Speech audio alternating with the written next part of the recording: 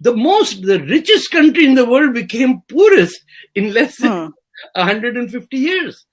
तो लेकिन हमें चाहिए in the end वो तो सब कुछ ले गए. हम सब के सब हमारी एंसेस्ट्री हिंदुस्तानी है, चाहे हम पेशावर से हों या सिलेट से हों, कहीं से हों. मर्दों की फौज आई थी, औरतों की फौज नहीं आई. तो कम से कम हमारी माएं तो हिंदू थी ना. लेकिन हमारे यहाँ औरत की वैल्यू इतनी कम है, कहते औरत का क्या है, वो तो कहीं से भी पकड़ के ले आएंगे. जी, औरत तो जी तारिक फतेह जी, औरत के मौजू पे अलग से मैं आपके साथ एक दिन जरूर प्रोग्राम करूंगी. मेरी ये ख्वाहिश है कि मैं इस मौजू पे भी आपसे करूं. मुझे मालूम है आपके पास बोलने के लिए उस पर बहुत कुछ होगा.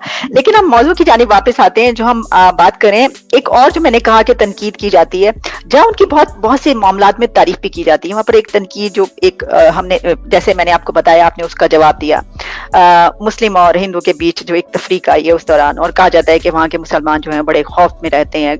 बल्कि कई लोग, आप ही की जानिब से, कई लोगों की जानिब से कहा गया कि वहां पे गाय ज्यादा महफूज है मुसलमान की निस्बत. तो इस तरह के बहुत से नारे लगे. अरुंधति राय और बहुत से ऐसे दूसरे हम देखते हैं इंटेलेक्चुअल्स, राइटर्स, वो ये भी कहते हैं कि उनका जो नरेंद्र मोदी का एक माजी है आरएसएस से वो जुड़ा हुआ है, जिस बिना पर वो उनपे तनकीद करते हैं.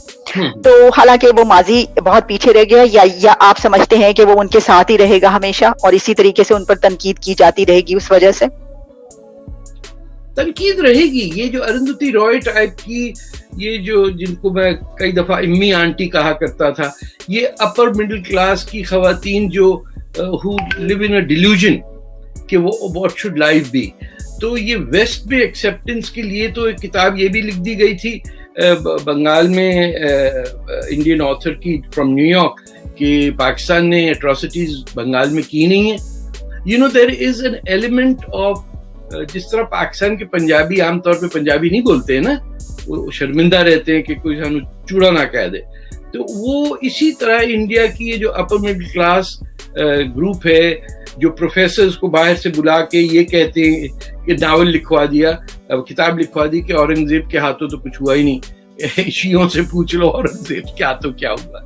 बट ये रहेगा एक तो इल्जाम, क्योंकि ये स्टोरी बड़ी पुरानी है. आप इसको देखिए कि जब भी आप इंडिया और इस्लाम को देखें तो एक जहन में बात जरूर रखिए कि जिस वक्त मोहम्मद बिन कासिम, हज्जाज बिन यूसुफ का भतीजा, इमाम हुसैन के साथियों को पकड़ने के लिए सिंध आता है, उसी दौरान यमन से मुसलमान आके केरला और तमिलनाडु में बसते हैं. हमने कभी उनको नहीं एक्सेप्ट किया जिनके रंग काले हैं. हमें तो ये भी नहीं पढ़ाया जाता पाकिस्तान में या इंडिया में भी कि पहले मुसलमान जो थे वो तो मलाबार में आए थे. ये मोहम्मद बिन कासिम कहां से आ गया? पहली दुनिया की मस्जिद मदीना के बाद बनी हिंदुस्तान में.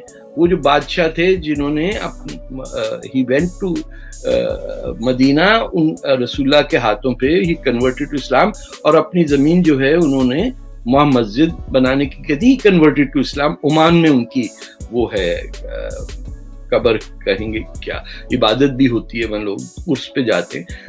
हमने वो चीज क्यों हटाई? क्योंकि हमें लज्जत ज्यादा आती जब हमारे हाथ से खून बहता.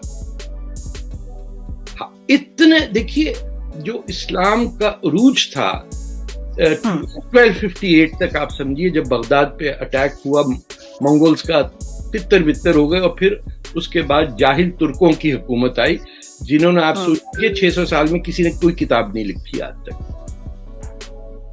हम उन पे तवज्जो दे रहे, हम उन पे नहीं देख रहे कि बंगाल में मुसलमान आए कहां से.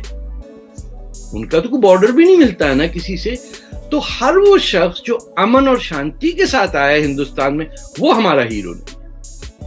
एक सुल्तान, एक मुगल बादशाह नहीं है जिसने दुनिया की पहली मस्जिद का, जो कोचिन में है, वो दौरा किया हो. खैर, उनको छोड़ो, एक ने हज तक नहीं किया. एक सुल्तान ऐसा नहीं जिसने उम्रा किया हो.